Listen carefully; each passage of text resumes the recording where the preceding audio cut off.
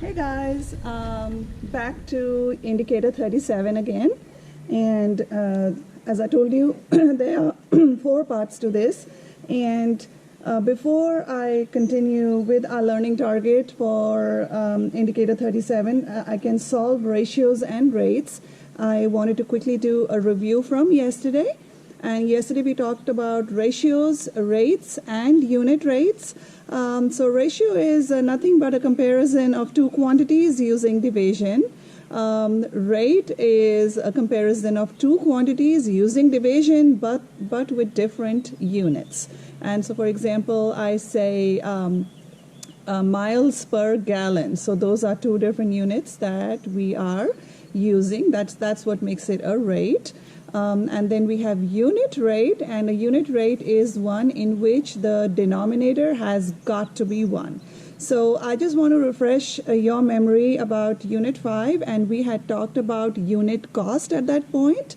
And so remember that your price is always going to be your numerator, and the quantity will always be your denominator when you are calculating, because very often we have to find out which is the better buy. And we had also talked about that for a consumer, for a customer, cheaper is definitely better because you want to spend less money. So here are the examples. We are trying to see $3.99 for 12 rolls. Is that a better buy, or is it $4.99 for 16 rolls? So as I told you, the cost will be the numerator, that is the dividend, by the divisor, which is the quantity. So remember, you are always dividing the price. Okay, so $3.99 over 12 rolls, and then we have to calculate how much one roll is going to cost. And so here I have shown you my division. You can see that decimal goes above decimal because $3.99 is the dividend. We are dividing it by the divisor, which is 12. And by division, I get 332,000. I don't need to go any further because we are talking about money, and where money is concerned, the maximum place value that we need to go is the 100th place value. So therefore, since I'm getting 332,000 as my answer, or as my quotient, I am going to underline the 3, look to the right, and see if that number is 5 or higher, or it is less than 5. And if you remember the rule for rounding, if it's 5 or higher, the number becomes 1 more than what it is. And if it is less than 5, it stays the same. So in this case, because the 1,000th place value is a 2, it is less than 5. So this is going to be 33 cents for one roll. Same way, we are going to calculate $4.99 by 16, and you can see you get 311,000. And again, 1 is less than 5, so this is going to be 31 cents for one roll.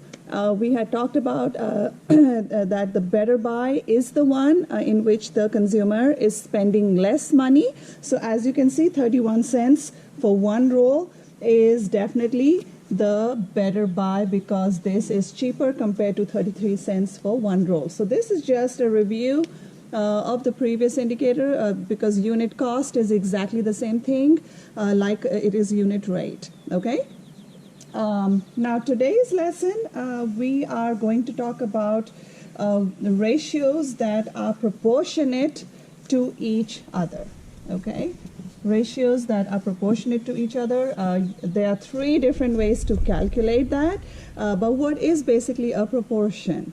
A proportion is an equation stating that 2 ratios are equivalent. All right?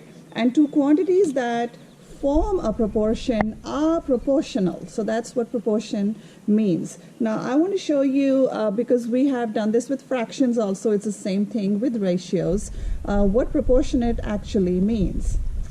So if I have this, and I am going to divide this into 3 parts, so I know the 3 will be my denominator. If I shade in 1 part over here, my numerator will be 1/3. Okay. Now let's make ratios that are proportionate to this. To show what is proportionate, I'm going to take the same thing again, and this was the shaded part, if you remember. Now, if I split this into two, I have to split this into two also, split this into two. So now when I look at this, I have 2 out of 6, or 2:6. So that is proportionate. 2/6 is proportionate to 1/3, because as you can see, it's the same amount over here. All right. Another example, if I take the same, and this was 1/3. All right, and if I make this, okay, this was what I had earlier. It was 2/6, and we know that this part was the one that was colored in. All right, and then let's break this again like this. So now we have 4/12. So as you can see, all of them, the same amount is shaded in. So this is 1/3, that is 2 out of 6, that is 4:12. So these are all proportionate to each other based on the circle graph that I just showed you. All right, now there are 3 ways to calculate this. So I'm going to use the same ratios to see if 2/6 is equal to 4/12 or not. So I'm just taking these. All right, so the 3 different ways to find out if 2 ratios are proportionate or not. First and foremost is convert the ratio to simplest form.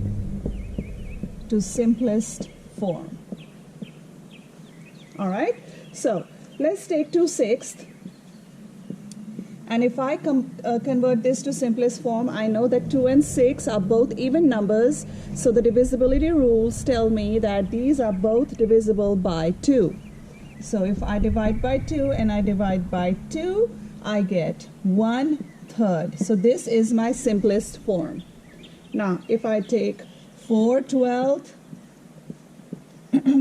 you can divide by 2 first and then 2 again, or I can divide, because I know 4 and 12 are both divisible by 4, I get 1/3. So now when I'm looking at these 2 ratios in their simplest form, and both simplest forms are 1/3, so these 2 ratios are proportionate to each other.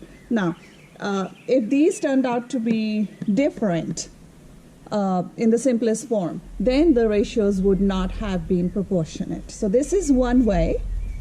Another method is by using cross products. Okay, is by using cross products. So cross products, and we have done this a lot in the classroom when we were doing conversions, and so cross product method.